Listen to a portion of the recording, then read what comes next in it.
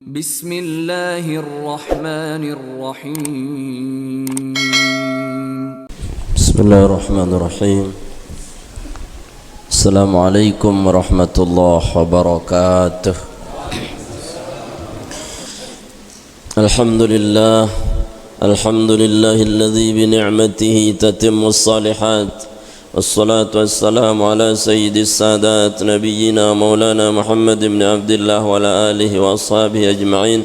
Allahumma shrah lana sudurana wa yassir lana umurana wahlul 'uqdatam min alsinatina yafqahu qawluna. Allahumma yassir wa la tu'assir bitammin bil khair.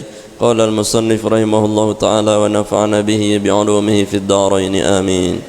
Al-mukarramun, tokoh agama, tokoh masyarakat, para asatiz, mami-mami tiang yang ta'zimi, tiang muliakan, bapak-bapak, ibu-ibu, remaja-remaji, singkatnya hadirin, jamaah maghrib dan isya, azani Allah wa yakum majma'in. Alhamdulillah wa syukrulillah, tak henti-hentinya kita memuji kebesaran Allah Subhanahu wa taala atas izin dan pertolongannya kita bisa hadir di rumah Allah Subhanahu wa taala niki dalam keadaan sehat walafiat. Semoga Allah Subhanahu wa taala senantiasa melimpahkan rahmat taufik hidayahnya, berkah ridha dan inayahnya kepada kita sekalian, sehingga apa yang menjadi hajat, munajat dan doa-doa kita selalu diijabah oleh Allah Subhanahu wa taala. Rizki kita Allah lapangkan, hati kita Allah luaskan, usaha kita Allah sukseskan, urusan kita Allah selesaikan, masalah kita Allah selesaikan, keluarga kita Allah jadikan sakinah, mawaddah warahmah, keturunan kita saleh salehah, daerah kita, kampung kita, kota kita, qaryatun ay baldatun thayyibatun wa rabbun ghafur. Amin ya rabbal alamin. Salawat salam senantiasa yang perlu gue sampaikan pada junjungan alam baginda Nabi besar Muhammad sallallahu alaihi wasallam, yang atas petunjuknya kita sampai pada hidayah Allah Subhanahu wa taala.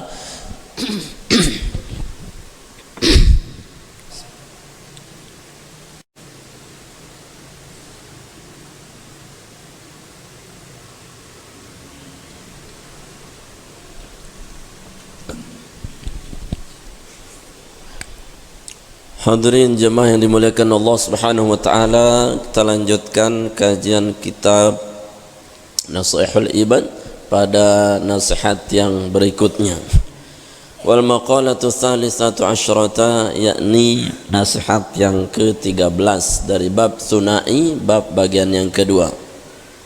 Kila ulama mengatakan hammul arifu ats-tsana'u, ay muradul arif billah ats-tsana'u 'ala Allah ta'ala bi jamili sifatih, wa hammuz zahidu ad-du'a'u ay muradul mu'ridu 'aniz zaid 'ala qudra hajah min ad-dunya bi qalbihi ad-du'a, wa huwa at-tadarru' ila Allah ta'ala bi su'alin ma indahu minal khair, li'anna hammal arifi rabbahu wa hammuz zahidi nafsahu. Wa qala ba'dul ulama man tawahhama anna lahu waliyan awla min Allahi qallat ma'rifatuhu billah, wa man tawahhama anna lahu aduwan a'da min nafsihi qallat ma'rifatuhu bi nafsihi. Wa qala Abu Bakar radhiyallahu an dhahara al-fasad fil barri wal bahr wa huwa al-lisan wal bahr al-qalbu, fa idza fasada al-lisan bakat alaihi an-nufus wa idza fasada al-qalbu bakat alaihimul malaika.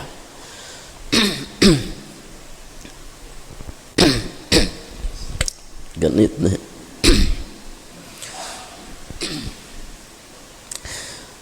Makalah berikutnya nasihat jamaah datang daripada ulama Ahlus Sunnah wal Jamaah. Ulama mengatakan hammul arifu ats-tsana, ya. Ham ni artinya keinginan besar, keinginan besar, kemauan yang kuat, cita-cita yang tertinggi. Hammul arif, ya. Makanya dalam Al-Quran ada kata ham, ya, ketika Yusuf ham kepada Zulaikha, idh hamma bihi wa hammat biha. Ketika Nabi Yusuf hamma biha, punya kemauan yang kuat kepada Zulaikha, wa hammat biha. Dan begitu juga Zulaikha punya kemauan yang kuat untuk Yusuf, tapi kemauan bukan untuk berzina. Salah sida nanti, jangan salah tafsir kemauan milih berzina, enggak ya. Segera Nabi melihat berzina, ini salah tafsir nanti. Idh hammat bihi wa hamma biha, ketika Yusuf mau kuat, ketika Zulaikha mau kuat, ketika sudah berada di dalam satu kamar. Maknanya harus ditakwil dengan yang baik-baik. Artinya apa maunya Nabi Yusuf?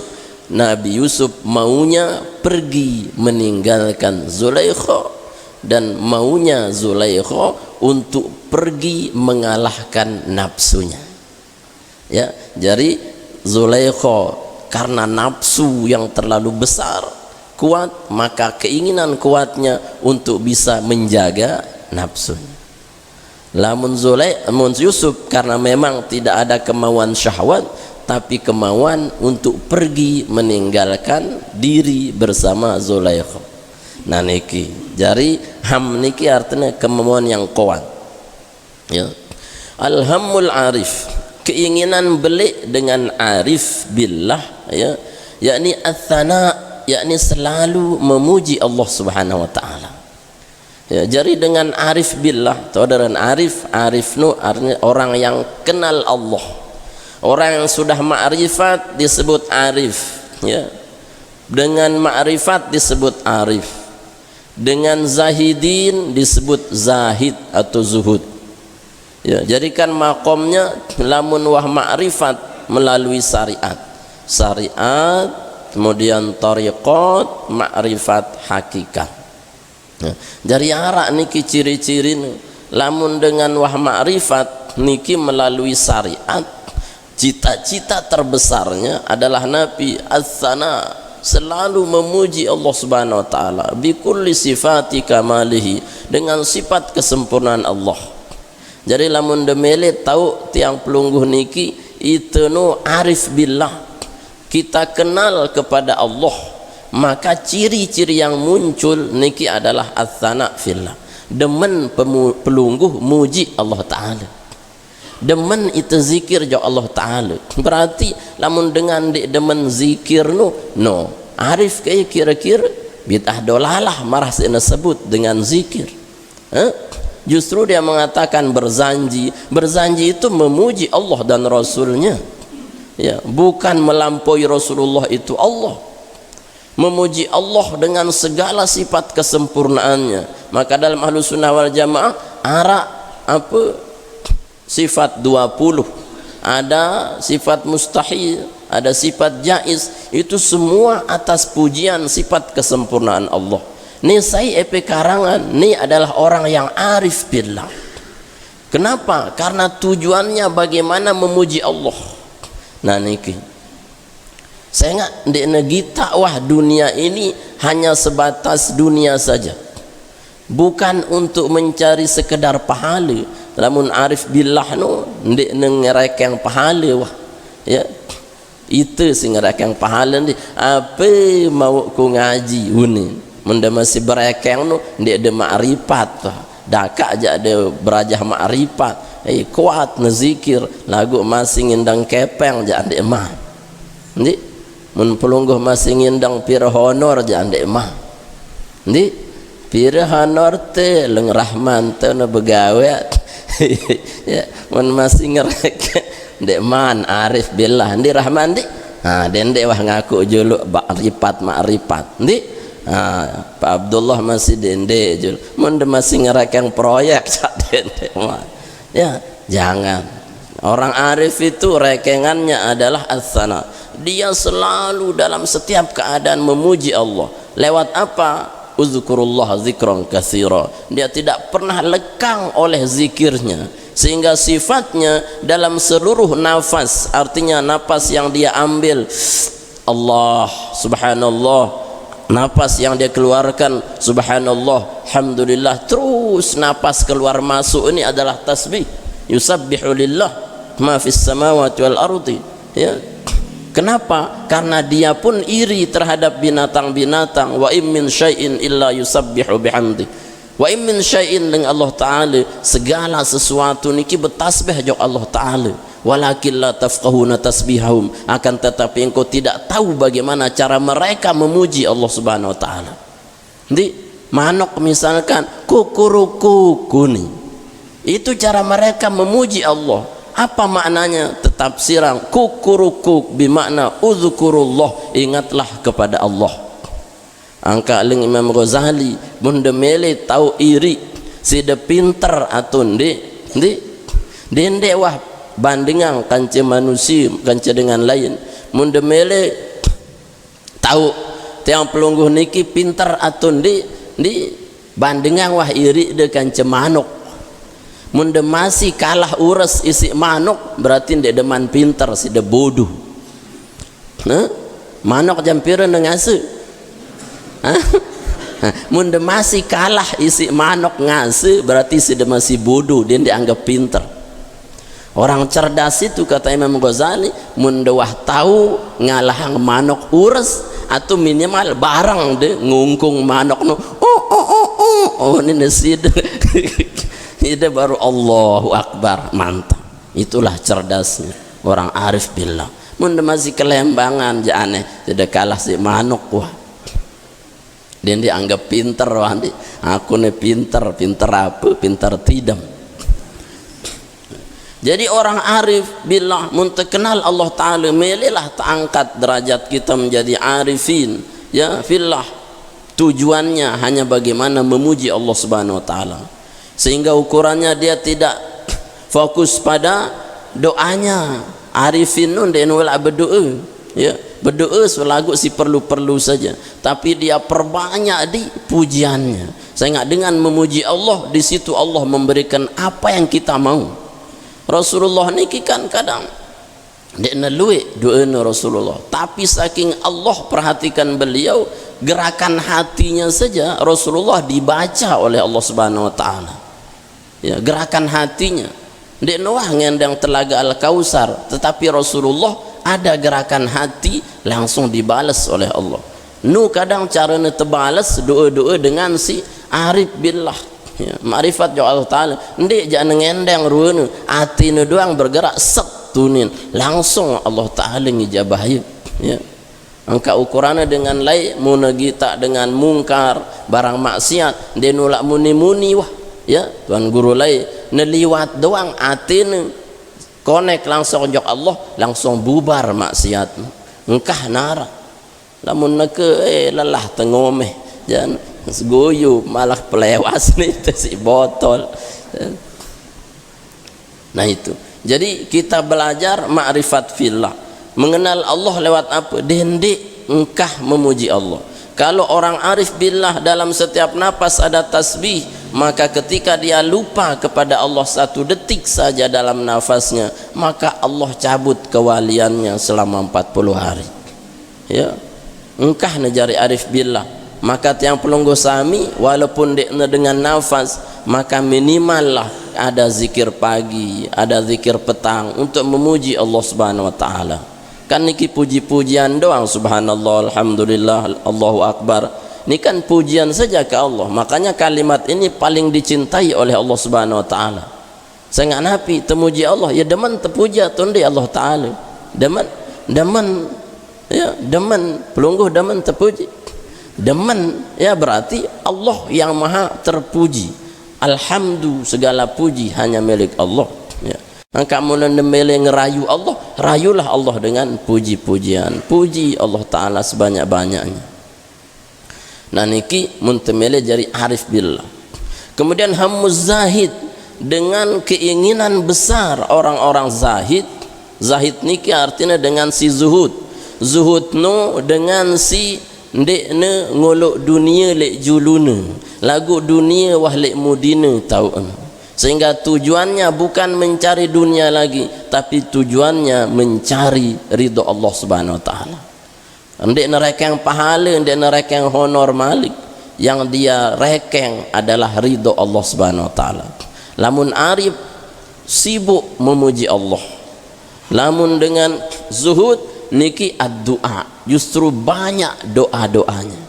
Nah niki kebalikan, lamun arifin Paling atas arifin niki yakni sibuk memuji Allah. Lamun zahidin dia sibuk untuk bermunajat, berdoa kepada Allah. Luwih doa ni. Ya, tiang pelungguh zuhud tak tondi. Zuhud dengan zuhud nu ndek na kanggo harta ndek. Zuhud nu mun de luwih sida berdoa karena ada roja, karena ada haram, karena ada khauf, takut ke Allah, sida zuhud wahnu. Ya lagu dek dunia doang endang bilang waktu dunia ndek sun. Artinya dalam setiap kesempatan dia itu selalu bermunajat minta pada Allah. Ini dengan zuhud, walaupun dia itu tidak mengedepankan harta, tetapi dia itu roja, harapnya ke Allah dalam doa. Wahum ya al-mu'rid aniz zahid ala qadril hajah minad dunya biqalbih. Mereka mengambil dunia sekedarnya saja, dia berlebih-lebihan, ya, wa biqalbihi ad-du'a. Yang mereka penuhi adalah terus bermunajat, doa jok Allah Ta'ala. Niki doa, pelungguh momen luik berdoa, niki berarti kita masuk zahidin, ya. Apapun dia curhatkan ke Allah, ndek nuah angka girang curhat jok manusia, ndek nuah ngendeng jok manusia, belek ngendeng langsung ke pusatnya, yakni ke Allah Subhanahu Wa Ta'ala. Langsung dia berbisik ke Allah Subhanahu Wa Ta'ala lewat apa? Lewat doanya. Di mana? Di sujudnya dia bermunajat ke Allah, dalam zikirnya dia bermunajat ke Allah, dalam setiap nafasnya dia selalu meminta kepada Allah Subhanahu Wa Ta'ala. Itu kan ya kebalik kadang, ya, manusia juluk tu tercurhat menuhan dia narak tadah baru engkau serah wah jok Allah Ta'ala uni. Itu salah jemaah, ya. Akhir-akhir pun nabi Allah Ta'ala engkau ngenundi ngenende uni serah wah jok Allah Ta'ala. Ya jangan, seharusnya apa? Nyerah dulu ke Allah baru ngenundi. Ya. Kenapa? Karena muqaddimahnya harus ke Allah dulu. Itu zahidin, curhatnya ke Allah saja. Dendek wah manusia nu piak lek julu seolah-olah, apalagi harta. Ya, yang menjadi depan itu adalah Allah doang lah. Sekedik-kedik pun Allah Ta'ala. Ya. Si sekedik apalagi sampai si belik-belik. Minta semuanya ke Allah Subhanahu Wa Ta'ala. Ukurannya, ya, kata Hamka dengan yang kemanisan, ngendang kemanisan, ngendang jok Allah Ta'ala. Ndi, ya Allah ngendang kemanisan. Tebang hidatun di. Tebang. Kenapa? Nanti asbab kita berdoa yang mendatangkan pada hakikatnya adalah Allah. Maka ulama-ulama dulu membiasakan anak-anaknya niki minta ke Allah. Ndi suruh bapak tengendang kepeng, pak tengendang mangan, pak tengendang permen. Ulama-ulama dulu salafus soleh menetapkan pada anaknya waj'alaha kalimatan baqiyatan ala aqibihi la'allahum yarji'un. Dan mereka menjadikan kalimat tauhid, minta kepada Allah untuk generasi-generasinya, untuk menguatkan mereka agar selalu kembali ke Allah. Kalau anaknya minta uang, pak minta uang, engkah ngendeng le aku, ngendeng jok Allah dulu, ya. Sehingga apa dia minta? Ya Allah berikan saya uang, ya, barulah bapaknya nih rizki dari Allah. Kuat ndak imannya kira-kira? Sehingga muncul saya ngebengan tekepeng, aku atau Allah. Allah, kenapa? Yang pertama kali saya minta adalah Allah. Nah, ya dengan zuhud laik nu, ya. Ngendang kemanisan, dendek ngendang kemanisan le aku, ngendang juk berdoa Allah Ta'ala, ya Allah kemanisan nu ne. Pun tabang kemanisan, ne kemanisan, kabulang dek doa, kabulang, saya ngebang Allah. Ndak ada bapak kelihatan. Nah, yun tanah ajah Nabi Ibrahim, anak-anak waj'alaha kalimatan baqiyah, waj'alaha kalimatan baqiyatan ala aqibihi la'allahum yarji'un, agar mereka kuat, ya, dalam segalanya menerima semua dari Allah Subhanahu Wa Ta'ala. Dan ini dengan zuhud semuanya dia kembalikan ke Allah. Lianna hammaz zahid, karena arif, karena sesungguhnya keinginan besar orang arif itu rabbahu adalah Allah Subhanahu Wa Ta'ala, la thawab wal jannah, ndekna surga, ndekna pahala. Dengan arif billah wah lupa ne mete surga, lupa ne mete pahala. Yang dia cari adalah apa? Yang dia cari adalah memuji Allah Subhanahu Wa Ta'ala, ya. mun wah terpuji temang aku neraka, temang aku surga, dia serahkan ke Allah Subhanahu wa taala. Mun itu kan itu surga, itu pahala. Yang ndak apa-apa, tapi arif billah niki hanya memuji Allah, sudah lewat keinginan untuk mencari pahala atau seterusnya. Wa hammuz zahid, dan keinginan besar orang yang zahid itu nafsahu adalah bagaimana dia pahami dirinya. Dia pahami dirinya bahwa dia adalah makhluk yang dhaif, makhluk yang lemah. Khuliqal insanu dhaifa, manusia dia pahami lemah. Innal insana khuliqa halu'a, dia selalu berkeluh kesah. Ia nu pahami dirinya dengan zuhudnya, dia pahami dirinya dan lemah, maka dia minta ke Allah.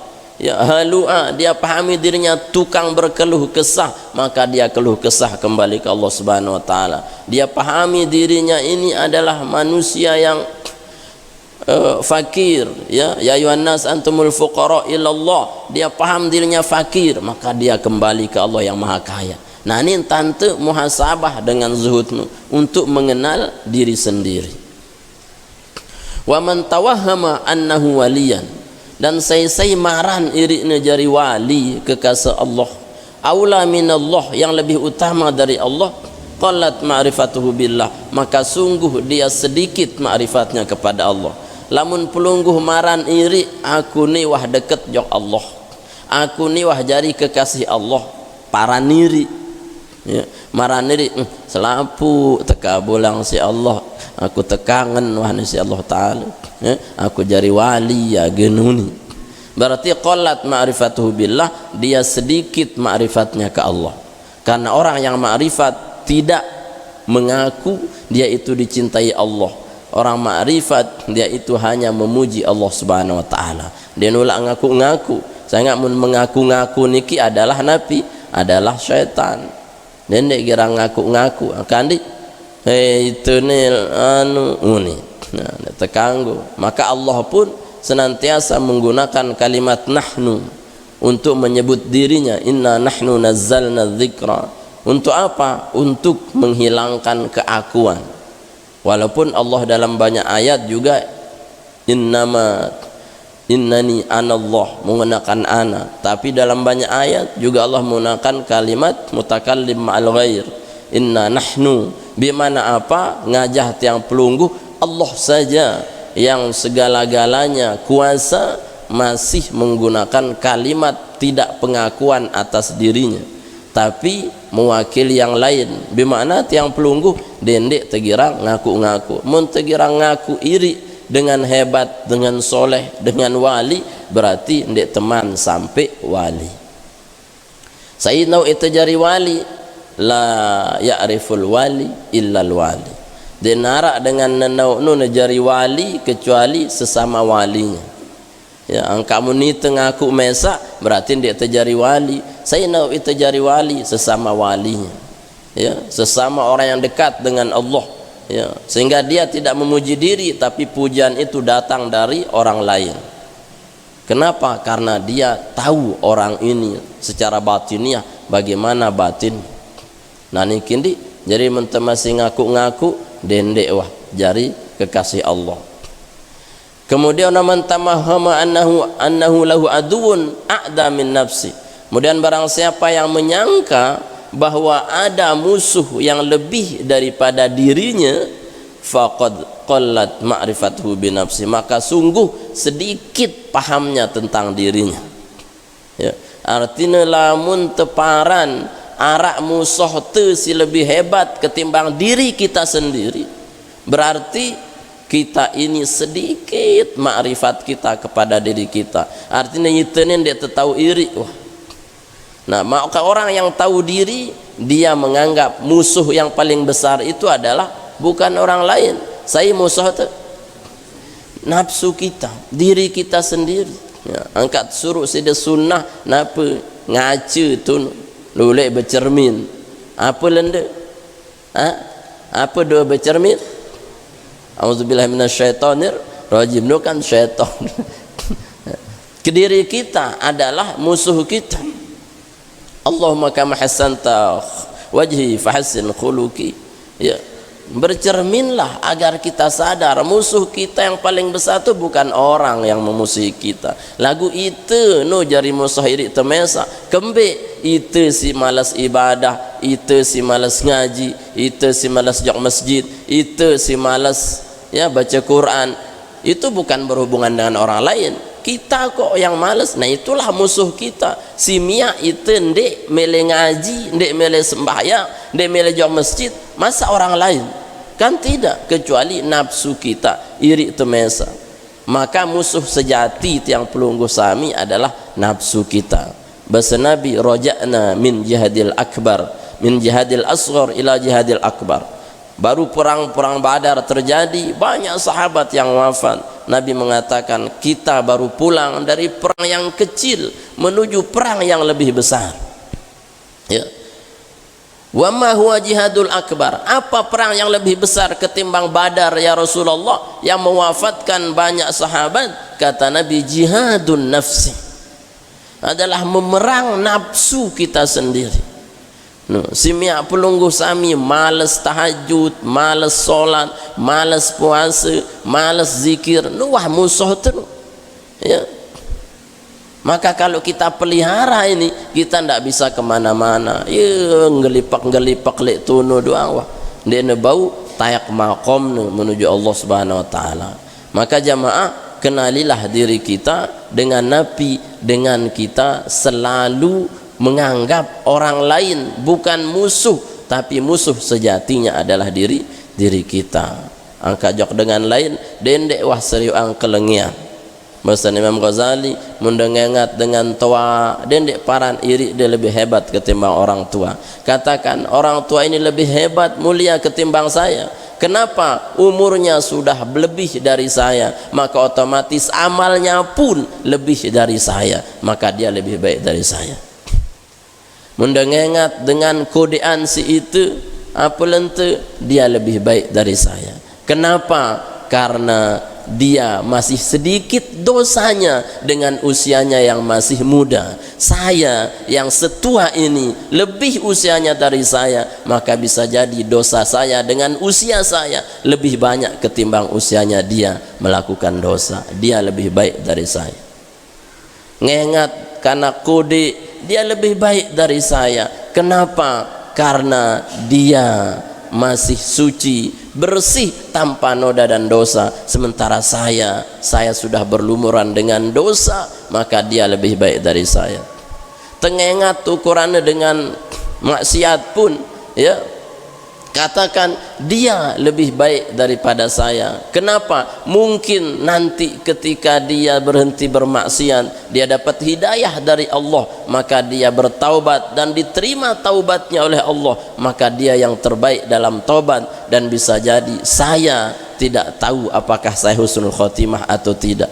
Nah niki untuk Nabi muhasabah diri, ampun ndek ngaku iri. Walaupun dalam syariat fikih niki kan lamun maksiat ya ndak boleh kita mengatakan itu baik, ndik. Ya, lagu untuk pengakuan diri, ngajah iri ampun tetap bagus, niki tetap kita dianjurkan agar nafsu kita tidak meremehkan orang lain. Bahasa Nabi, kafa bil mar'i ithman an yastahzi'a akhahul muslim. Cukuplah seseorang disebut pendosa kalau dia meremehkan saudaranya yang muslim. Ya, cukuplah itu pendosa mendengar pahang semeton jari. Ya, kenapa? Kita semua niki adalah makhluk yang lemah, tidak ada yang hebat hanya Allah Subhanahu wa taala. Maka akuilah kekurangan diri lebih baik daripada kita mengakui kemuliaan diri. Kemudian kata Abu Bakar, zaharul fasadu fil barri wal bahr, telah tampak kerusakan di bumi dan di daratan. Ini kan firman Allah ditukil. Abu Bakar mengatakan, wah nampak wah kerusakan di bumi dan lautan.